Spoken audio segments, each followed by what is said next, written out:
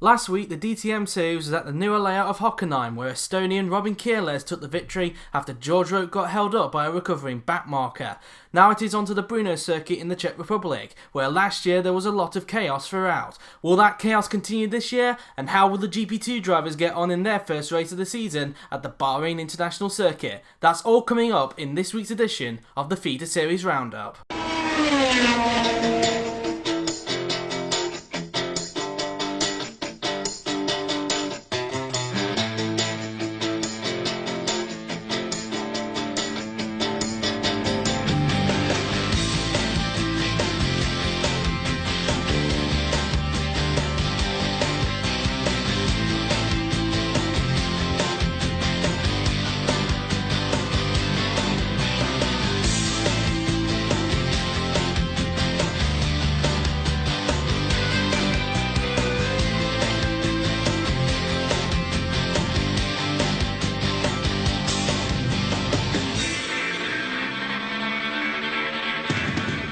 Welcome to another episode of the Feeder Series Roundup. We have a packed episode for you this week, as not only do we have coverage of Round 2 of the GP4 DTM Offline Championship, but we also have coverage of Round 1 of the 2014 GP4 GP2 Offline Championship at the Bahrain International Circuit in Sakhir. That's coming up later, but first off, let's kick things off with the latest round of the DTM Championship taking place at the Brno Circuit in the Czech Republic. Last time out, Robin Kielers in his Mercedes took the victory, and he is looking to repeat that success into Brno.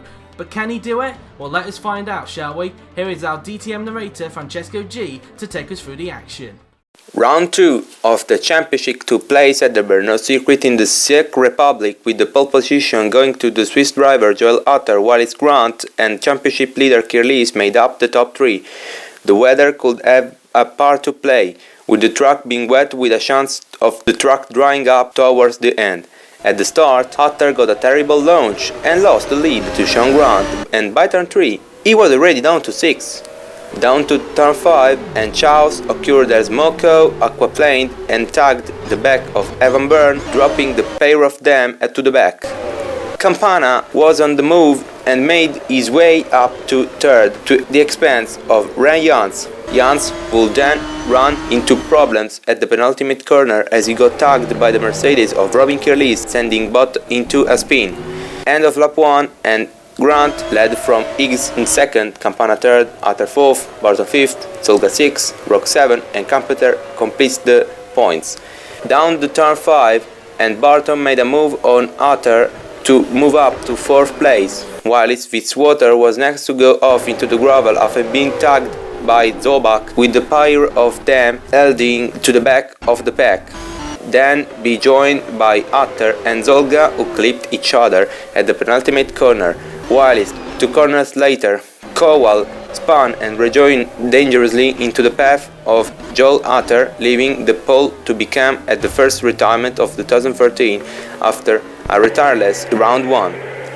The M-Tech teammates were next to join the carnage as they hit each other at turn 3, sending them both into a spin. A lap later, and Ticktoff and Sean Byrne will spin each other off at the penultimate corner. Roque had been running 5th until he joined the list of aquaplaners as he went off at turn 5, luckily not sustaining any damage. Zolga was making his way back up to the field, first disposing of Sean Byrne for 15th. A few corners later, and Sean would spin off at turn 6 towards the back of the field. Viggo Holst was having a much better race than last week as he overtook Peretz to move up to 3 championship points in 6. 3 Mercedes teammates were into combat with Zobak, taking the final points place away from Evan Byrne, with a recovering Kirlis looking to battle Evan next. Zolga was on the move again. He already disposed of teammate Mocho. Now he overtook Victory Bobo for 13th, while his Mocho behind will lose another place, this time to the BMW of George Roque. Evan tried to re-overtake Zobak at turn 3, but outbraked himself and ended up aquaplaning into a spin, losing places in the process. Another teammate collision, this time the two Mercedes of Kirlis and Jans took each other out at turn 5, while Zolga got pushed wide by Ibobo at the same time. Jans rejoined, but Kirlis was beached and out of the race. Perez had re-overtook Holst, but now the Dane was about to get the place back at the penultimate corner. Barton had got up to third before he joined the list of drivers who went off at turn 5, giving the podium back to Campana. After starting from pole, Utter would aquaplane off and hit the wall, causing him to lose a wheel and become the third retirement of the day. Fitzwater was in a spot of bother again as he was clipped by the Irishman Carpenter, sending Bot into a spin.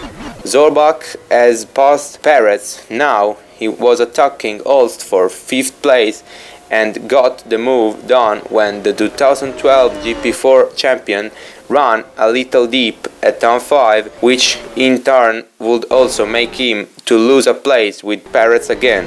Mercedes teammates in trouble again, this time being Evan Byrne and Michael Mocho.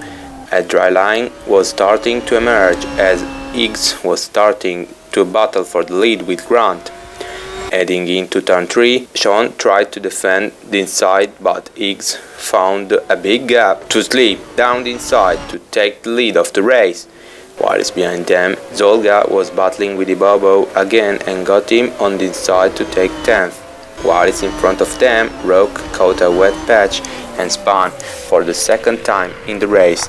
Despite taking the lead, Andy would end up losing it before the end of the lap as a result of aquaplaning at the third to last corner, and just after he rejoined, he was tugged up the back by Leon Campana, causing both to spin.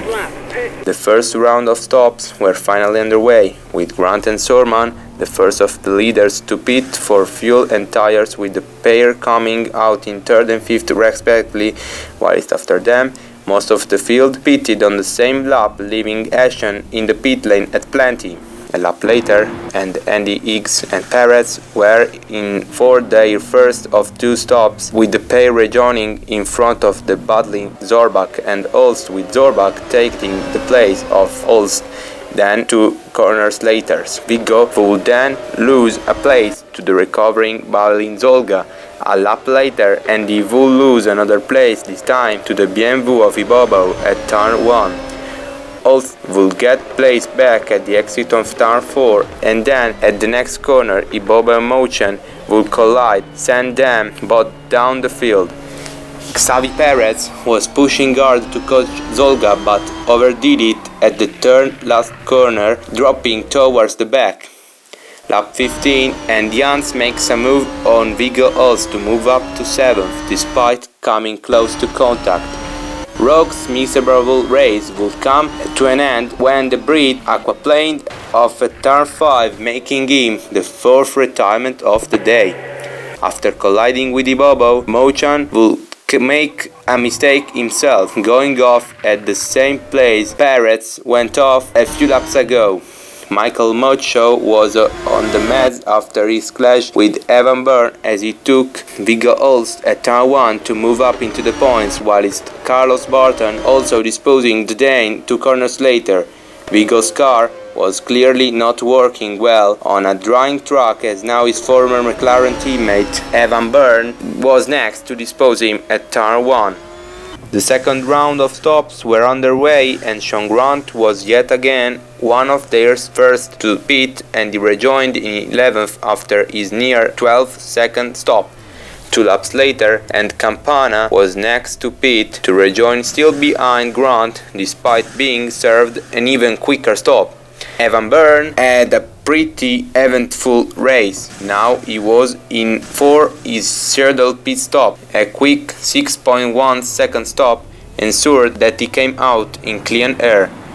Throughout the last few laps, Bahrain Zolga had been flying and now found himself on the back of Andy Higgs for alleged second place. He got on the side at turn 1 to take the place. On the same lap, Barton makes his scheduled stop for fuels and tires and exit his box in a rapid 6.3 stop. Andy Higgs was desperate to get the lead back of Zolga, but overcooked it towards the end of Sector 2 and was very lucky not to sustain some damage after hitting the wall. Lap 29 and Carlos Barton was looking to get a points finish. He disposed of the BMW of Ibobo to move up into 9th place. Then he moved into the points after passing Stian Byrne at the exit of turn 4, which left him in the clutches of Ibobo with the Nigerian passing him a lap later at turn 3. Vigo also was desperate to make up for lost time, however he wouldn't do so, clipping Eoin Carpenter, sending Bott into a spin at turn 5. Andy Higgs had stayed out for a quite while, but eventually he was in for his final stop, and he was also joined by Rens Jans, Bott making a 6.3 second stop. A lap later and Balin Zolga came in for final stop, and he rejoined 5th behind Campana. Zolga was flying and straight his stop, he disposed of Campana to move up for 4th. A lap later and one of his teammates, Nicolas Zorbach, pitted for the final time in the race, and he headed up, rejoining behind Latvian teammate Rens Jans. Lap 35 and Balin Zolga was on the move again, this time on the Irishman Sean Grant to move up to 2nd. Higgs was looking to take advantage of having fresher tires, and he quickly passed Leon Campana at turn 5. A lap later and at the same corner, Higgs disposed of Sean Grant to move up to the final podium place.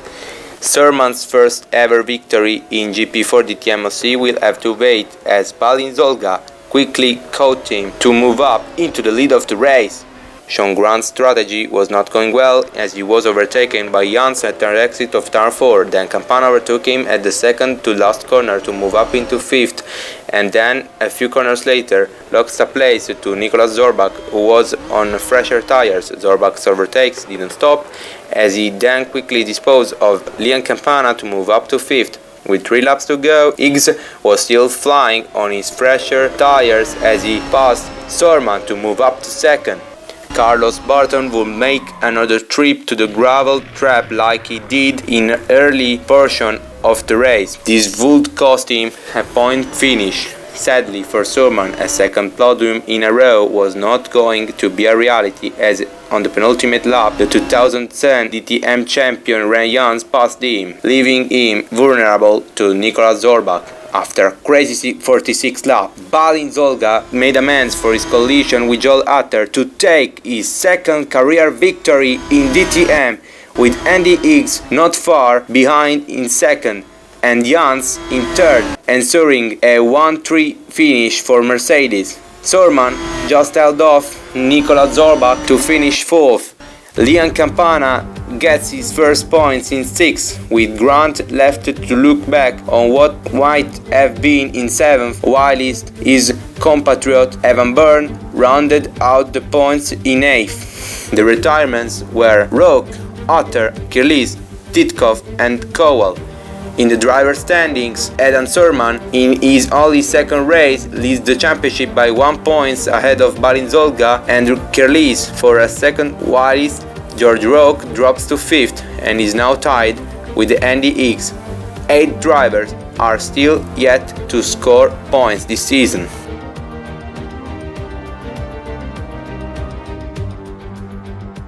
A very chaotic and exciting race filled with drama and attrition. Credit for Francesco G for yet again providing the narration, and congratulations to Balint Zolga for the win. Well, now that DTM is out of the way, it is now time to look at the first round of the 2014 GP2 Championship at the Bahrain International Circuit in Sakhir, Bahrain. So to take us through the action, here is our GP2 narrator, Isaac Fisher.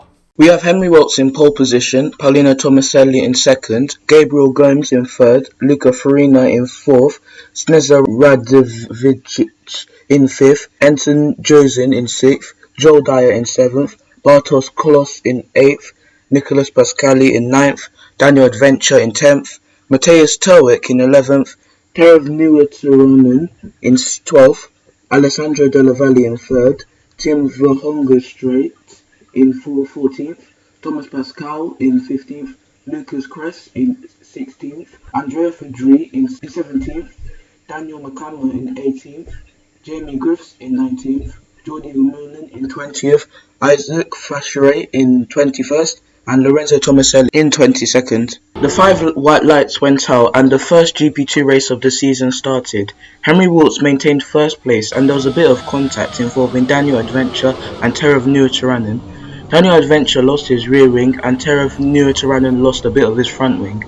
Only a few seconds later there had been even more contact, and this time it involved Lorenzo Tomaselli, who completely rammed into Daniel Macambo, and unfortunately Daniel Macambo lost his rear wing and Lorenzo lost his front wing. This meant that they all had to pit to repair the damage, losing them a lot of time at the start. Paolino Tomaselli was looking to make a move for first place on Henry Waltz, but he wasn't able to make it stick. But Gabriel Gomes was riding in Paolino's slipstream and he had the straight line speed to make the move stick, moving him up into second place. Paolino fought back for second place and he made the move on Gabriel Gomes to move back up into second. There was massive contact involving Paolino Tomaselli and the leader Henry Waltz. Henry Waltz is out of the race following the incident with Paolino, and Paolino recklessly rejoined the track, almost causing another crash. That was very unfortunate as Henry Waltz was doing very well in first place. Paolino dropped down to 5th before pitting for a new front wing. We can see in slow motion that it is similar to Ocon and Verstappen crash. Snezana Radjadovic was looking to make a move up to 2nd on Jill Dyer, and there was a bit of contact, but luckily there was no damage and she was able to make the move. Bartosz Klos was riding in Luca Farina's slipstream, and using the straight line speed he was able to confidently make the move on Luca Farina. Bartosz Klos went down the inside with Joel Dyer and caused a massive accident where he went airborne for a second, and unfortunately both of them had to retire from the race after the incident. Gomes suffered from a puncture and he had to retire from the race as well. This was a shame as Gabriel was doing very well in 3rd place. Thomas Pascal overtook under yellow flag conditions, resulting in him getting a time penalty. Moving on, Lucas Crest was battling with Alessandro Della Valle for 7th place, but didn't have the speed to make the move. But he also had to try and defend from Jordi Vermeulen just after losing 7th place, but he was able to keep the position. Isaac Fashre was looking for 9th place, but he didn't have an overtaking opportunity for 9th. Jordi Vermeulen had the inside line and was able to make the move for 8th place stick. Lorenzo Tomaselli's race went from bad to worse as Terav Nuotaranen clipped his tyre, forcing Lorenzo to retire from the race and leaving Terav with front wing damage. Andrea Fedri was riding in Nicolas Pascali's slipstream and had the straight line speed to make the move up to 5th place. A lap later, and Matthias Terwick was looking to go up into 2nd place, so he took the inside line and confidently made the move up to 2nd. Drivers made their first stop and or 2nd if they had been involved in contact, around lap 18 to 22. This meant that drivers could either choose an over or undercut strategy, and we can see that most of the leaders decided to go for an overcut strategy, and that worked well for Snezana Radjadovic as she was able to maintain her lead. Andrea Fedri opted to go for the overcut, which dropped him a few places. Isaac Fashre also went for the overcut, which dropped him down to a 12th. Tim Verhongenstraat battled with Jamie Griff for 12th place, and using the slipstream he comfortably made the move up to 12th. Moving on further, Paolino Tomaselli rode in Lucas Cress's slipstream and made the move up to 9th place. The two teammates of Arden were battling for 4th place, and Nicolas Pascal tried to make the move on Alessandro Della Valle, but he didn't have the speed. Nicolas had other problems as he had to try and defend from Paolino Tomaselli. Paolino had the slipstream and the straight line speed to overtake Nicolas Pascali. Tim Verhongenstraat was riding in Isaac Fashre's slipstream and made the move on the straight. Paolino Tomaselli looked for 6th place, so he rode in Alessandro Della Valle's slipstream and made the move stick. Snezana Radjadovic won her first race in GP2, Matthias Terwick was 2nd, and Luca Farina came 3rd to round out the podium.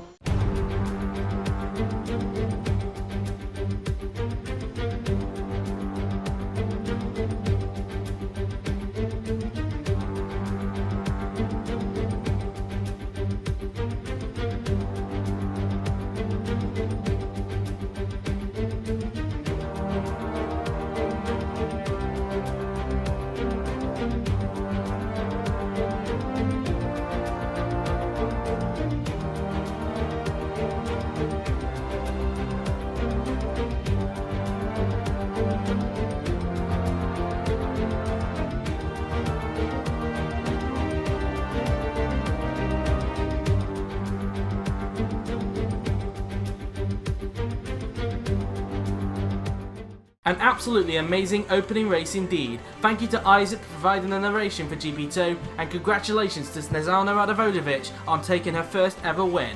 Well, that is just about going to do it for this week. Next episode we'll be looking at round 3 of the DTM Championship as a result of GP2 taking a week break, and that race will take place at the popular Istanbul Park Circuit in Turkey. But until then, I've been JWF1 and I will see you for the next episode.